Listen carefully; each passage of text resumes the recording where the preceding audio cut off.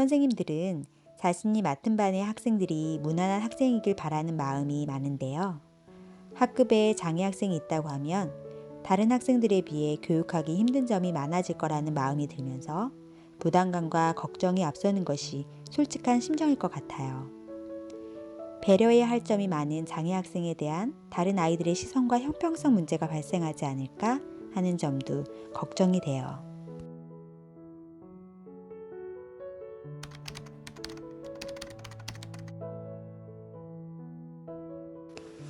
가장 어렵고 단순하지만 장애 학생을 특별하게 보지 않으려고 노력해요.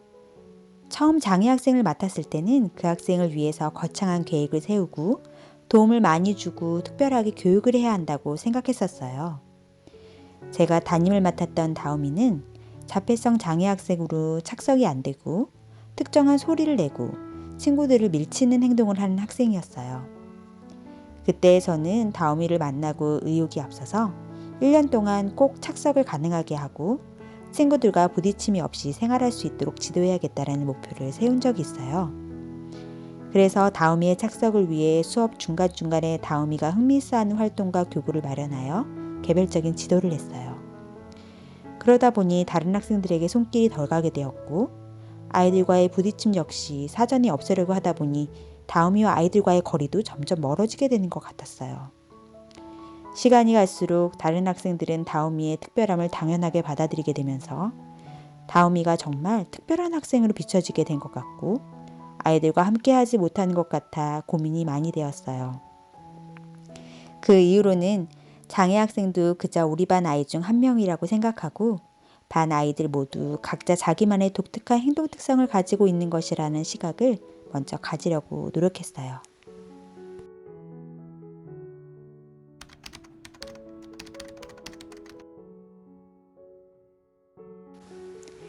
장애 학생의 독특한 특성이 수업에 방해가 되고 힘들게 할 때도 있지만 그 아이가 가진 장점이나 할 수 있는 것들을 많이 찾아보려 했어요.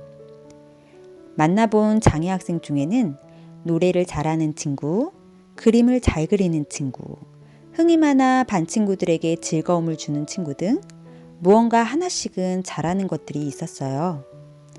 그렇게 아이들이 가진 긍정적인 부분들을 발견하려고 노력하였고 반 아이들에게도 사람들은 누구나 잘하는 것과 못하는 것이 있다는 인식과 함께 그래서 사람들은 서로서로 도움을 주고받으며 세상을 살아가는 것이라는 열린 마음을 심어주려고 노력했어요.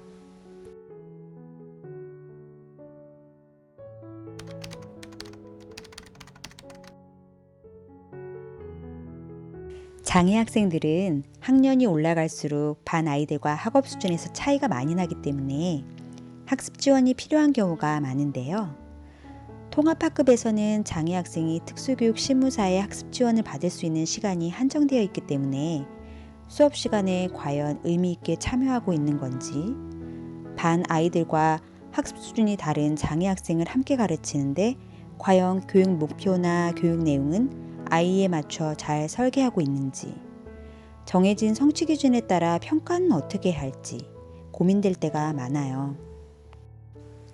장애 학생의 발달 수준에 맞게 교육 목표와 교육 내용, 평가가 수정되는 것이 이상적이긴 하지만 현실에서는 이를 고려한 교육 활동을 전개하는 데 한계가 있다는 것이 가장 어려운 것 같아요.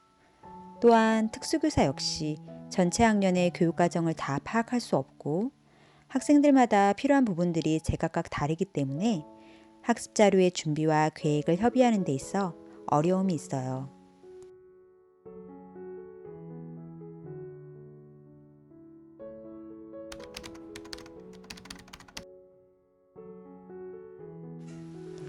제가 생각하는 통합교육이란 소외되지 않고 함께 배워가는 교육이라고 생각해요. 학급에는 장애 학생이 아니더라도 도움이 많이 필요하거나 성격이나 행동 특성이 두드러지는 학생들도 있어요. 수업 시간에 자리에 앉지 못하고 수업을 거부하는 학생, 화를 참지 못하고 분노를 강하게 표현하는 학생, 친구들과의 부딪힘이 잦은 학생, 친구들과 어울리지 못하고 위축되거나 무기력한 학생 등 특별히 장애를 갖고 있지 않지만 개인이 가진 독특한 행동 특성과 성격으로 학교 생활에 적응하기 힘든 학생들이 있어요. 그래서 저는 크게 보면 모든 학급이 통합교육을 하고 있다고 생각해요. 학급에는 다양한 학생들이 함께 배우며 생활해요. 도움이 많이 필요한 학생이 있다면 도움을 조금만 주어도 스스로 할 수 있는 학생도 있죠.